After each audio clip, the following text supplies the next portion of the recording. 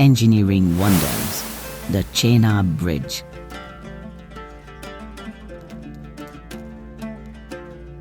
क्या आपने कभी सोचा है ऐसा पुल बनाने के लिए क्या करना पड़ा होगा जो इंजीनियरिंग के हदों के पार जाता है? दुनिया के सबसे ऊंचे आर्च ब्रिज को बनाने का काम आखिर कैसे हो पाया और ये काम करने के लिए इंजीनियर्स को किन मुश्किलों पर जीत हासिल करनी पड़ी? हम बात कर रहे हैं दुनिया के सबसे ऊंचे रेलवे ब्रिज की, यानी चेनाब ब्रिज।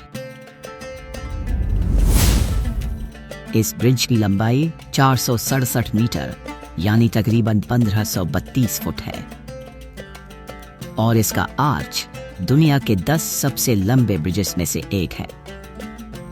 दुनिया का सबसे ऊंचा रेलवे ब्रिज होने का खिताब भी इसी इंजीनियरिंग के अजूबे के नाम दर्ज है।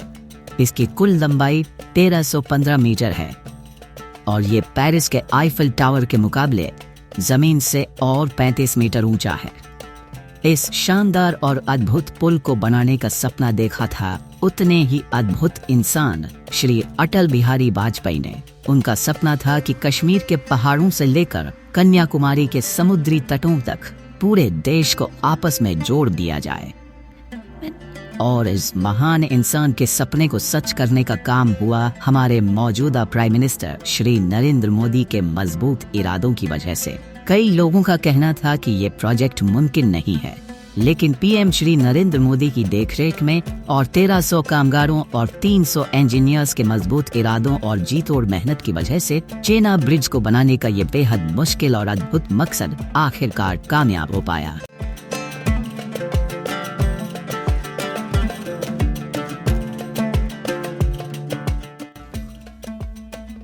उन्होंने कहा था, एक दिन दुनिया इंजीनियरिंग के इस अजूबे को देखकर हैरान होगी और आज दुनिया का ये सबसे ऊंचा रेलवे आर्च ब्रिज हमारे सामने बनकर खड़ा है।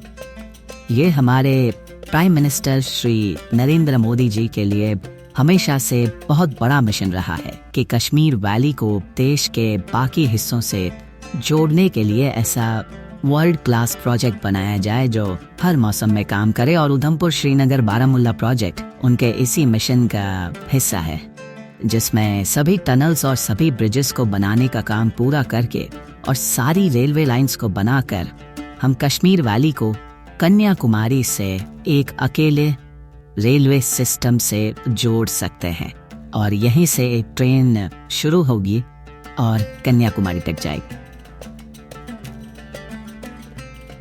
ये पुल देश के विकास की मिसाल है और ऐसे भविष्य का आगाज है जिसमें इस तरह के अद्भुत काम करना आम बात हो जाएगी। ये चेनाब रेलवे ब्रिज सिर्फ इंफ्रास्ट्रक्चर के मामले में बड़ी कामयाबी नहीं, बल्कि हमारे तकनीकी विकास की मिसाल है, बेमिसाल लगन का नतीजा है और ऐसे इंडिया की पहचान है जो एक होकर हर बड़ा सपना पूरा कर सकता है। ये ब्रिज न सिर्फ इंजीनियरिंग की अहम जीत है, बल्कि इसने भविष्य के विकास की नींव भी रखी है। इस अद्भुत पुल को बनाने के लिए बेमिसाल तरीके से योजना बनाकर काम करने की जरूरत थी।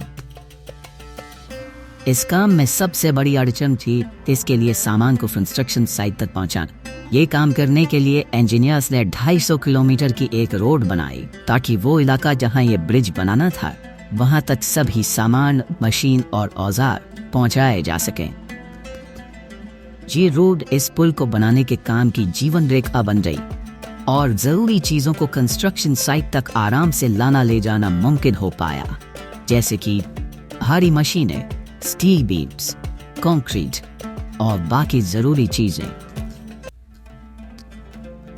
सोच समझकर ढूंढे गए इस कमाल के हल के बिना इस जबरदस्त प्रोजेक्ट को पूरा करना लगभग नामुमकिन होता, क्योंकि ना तो वक्त पर सामान पहुंच पाता और न काम शुरू हो पाता।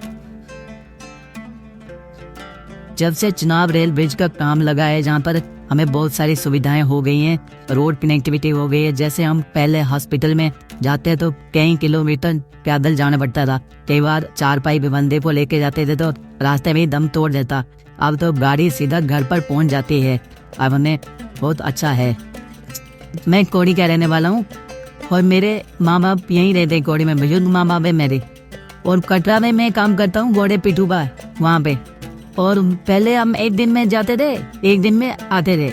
अभी रेलवे ब्रिज बनने से हम सुबह जाके शाम को वापस घर में आ सकते और माँ बाप का ध्यान रख सकते। ये चेनाब ब्रिज उधमपुर से बारामूला तक जाने वाली 272 किलोमीटर लंबी रेलवे लाइन का हिस्सा है। ये पुल कश्मीर की वादी को इंडियन रेलवेज नेटवर्क से जोड़ता है।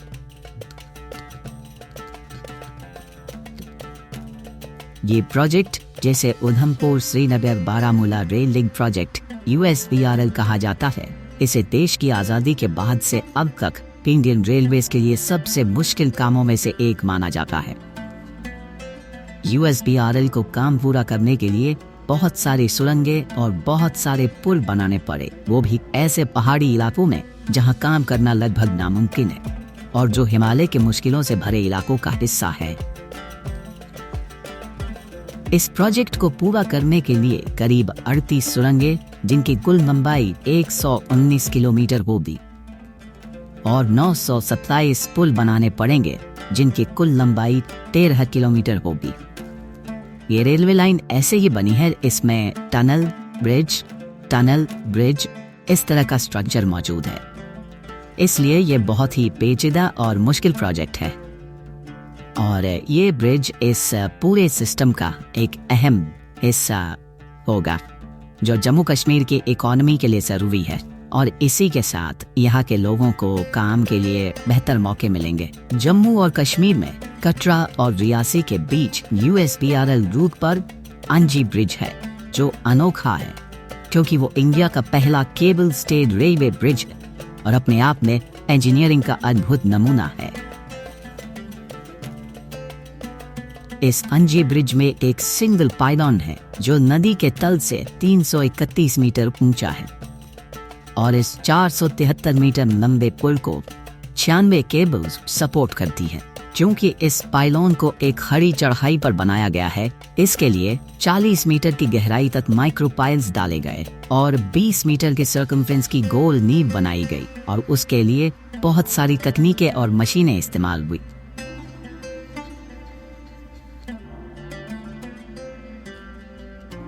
ये चेनाब ब्रिज प्रोजेक्ट, जिसे बनाने का काम कोंकण रेलवे कॉर्पोरेशन लिमिटेड ने किया, उनके सामने कई मुश्किलें आईं। सबसे पहली मुश्किल थी सबसे दूर दराज के ऊंचे नीचे पहाड़ी इलाकों में आना जाना। उसके अलावा एक और बड़ी मुश्किल ये भी थी कि उनके काम की वजह से चेनाब नदी के बहाव में कोई रुकावट नहीं आनी चाहिए। पहले ये पता लगाया गया कि ये पहाड़ कितना मजबूत है। स्टील आर्च ब्रिज को लगाने के लिए पहाड़ की ढलान को मजबूत बनाना भी एक बेहद मुश्किल और टेढ़ा काम साबित हुआ। यंग हिमालयन पहाड़ों में मजबूत नींव बनाना और ढलान को मजबूत बनाने के तरीके एक बहुत बड़ी चुनौती बनकर इंजीनियर्स के सामने खड़ी हो गई थी। इसके लिए उन्हें पियर्स बनाने से पहले स्लोप्स मजबूत बनाने का काम करना पड़ा।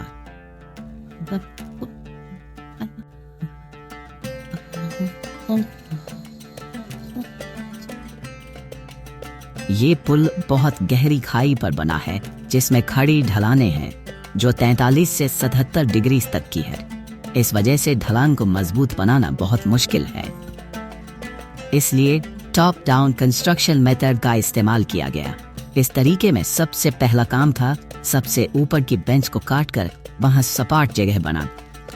ढलान को मजबूत बनाने के लिए ये तरीके Indian institute of science Bangalore ने इनके लिए बनाए थे, और इन तरीकों की जांच बेहद मशहूर इंटरनेशनल कंसल्टेंसी फर्म URS ने की थी।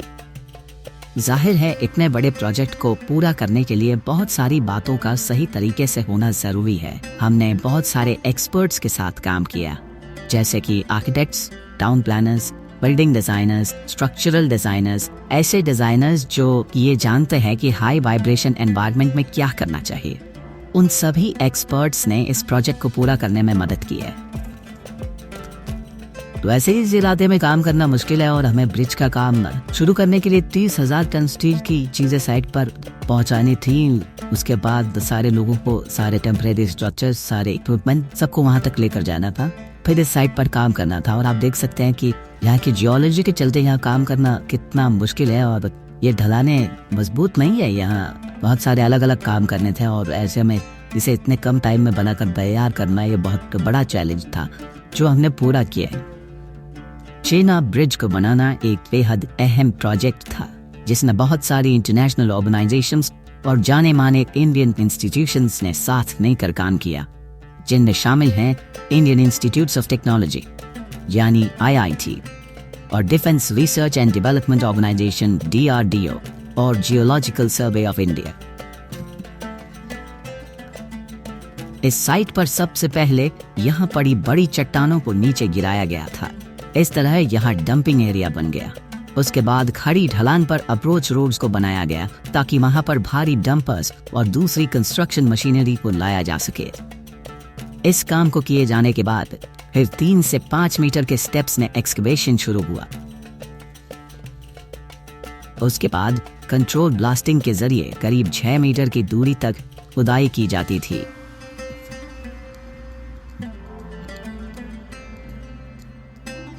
खुदाई से निकले मलबे को पहले से तय किए गए डंपिंग एरियाज में डाला जाता था।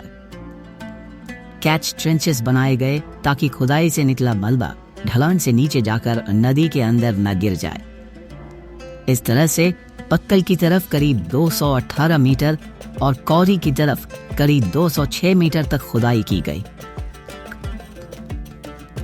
और खुदाई के बाद बहुत सारे 4 मीटर, 8.5 मीटर और 11.5 मीटर के आयरन रॉक बोर्ड्स उन चट्टानों में दोनों तरफ गाड़े गए ताकि पहाड़ी दीवारें मजबूत हो जाएं और उनमें भारी प्रेशर और वजन को सहने की ताकत रहे। उनमें वीप होल्स भी बनाए गए ताकि आगे जाकर वहां हाइड्रोस्टैटिक प्रेशर न बढ़े। स्टील फाइबर रीइंफोर्समेंट के साथ शॉटक्रीट को सतह पर लगाया गया ताकि पहाड़ की ढलान को और मजबूत बनाया जा सके।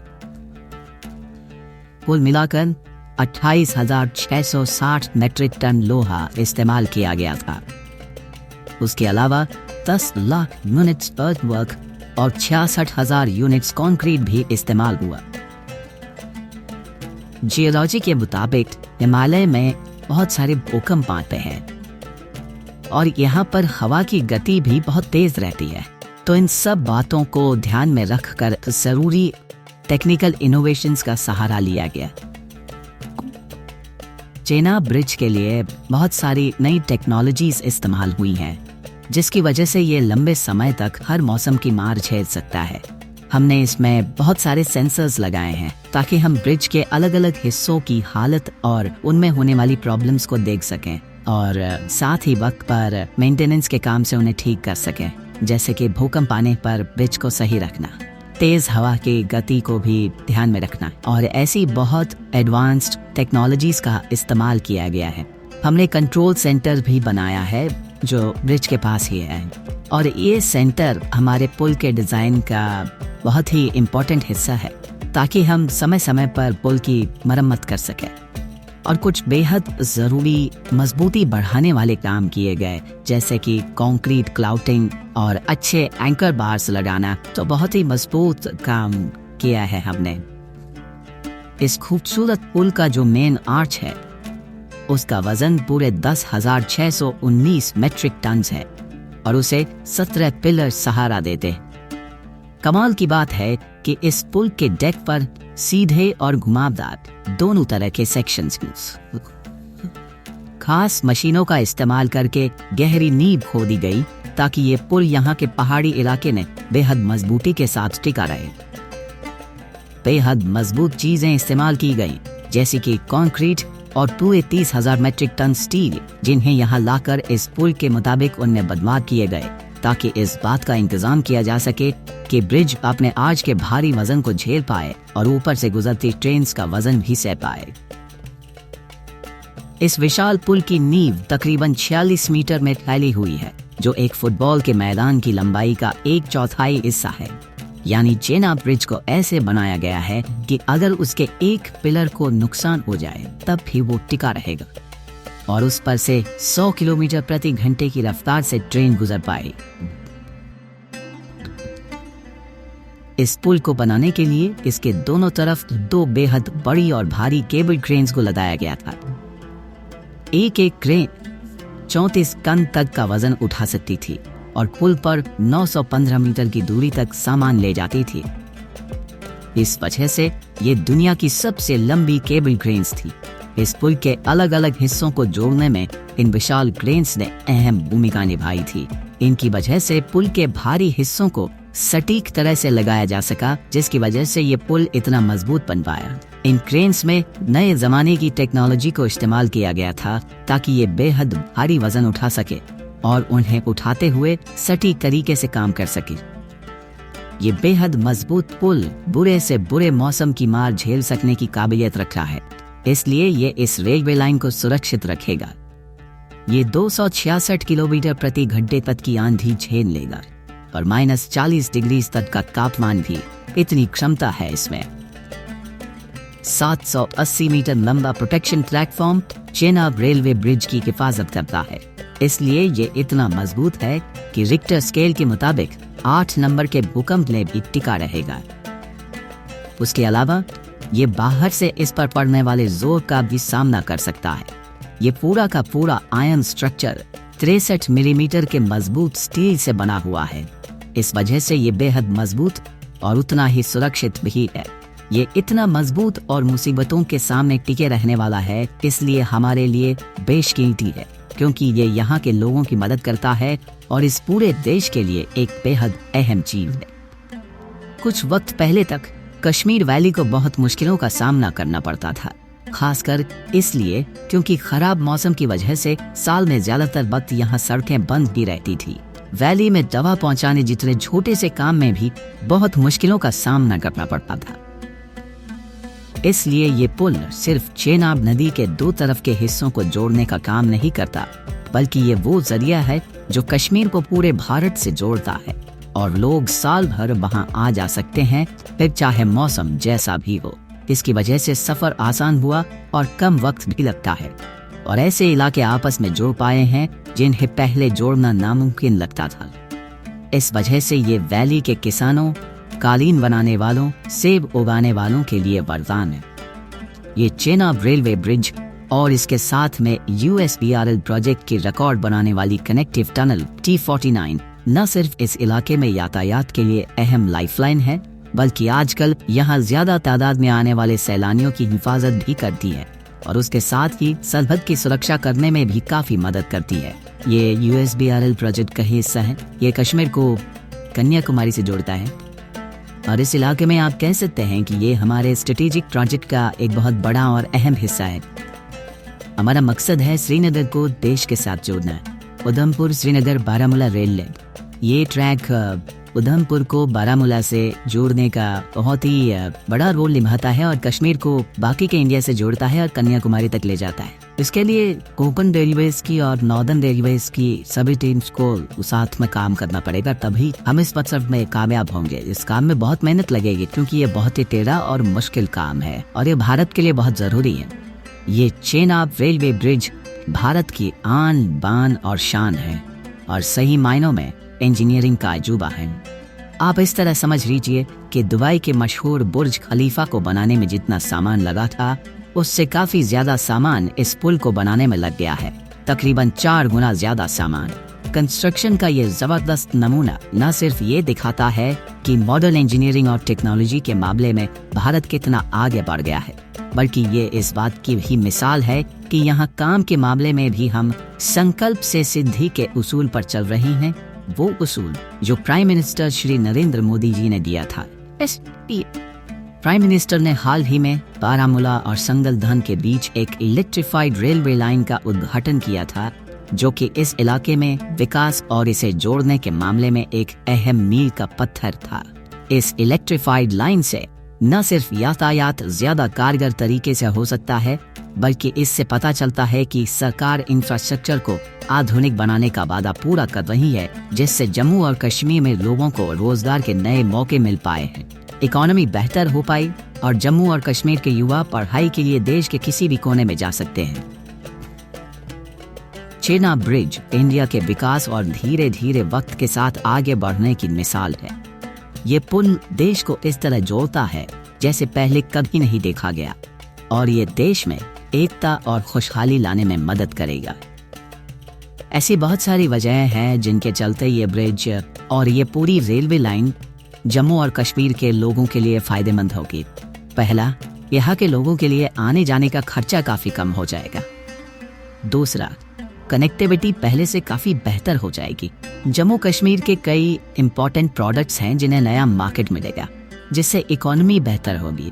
युवाओं को देश के किसी भी दूसरे हिस्से में जाकर पढ़ने के बेहतरीन मौके मिलेंगे और लोग अपना इलाज करने के लिए देश के किसी भी हिस्से में जा सकते हैं। तो एक तरीके से कश्मीर के हर क्षेत्र की इकोनॉमी को रफ्तार मिलेगी। पर्यटक यहाँ आ सकते हैं और यहाँ की खूबसूरती का मजा ले सकते हैं और इससे जम्मू कश्मीर नई ऊंचाइयां छुएगा।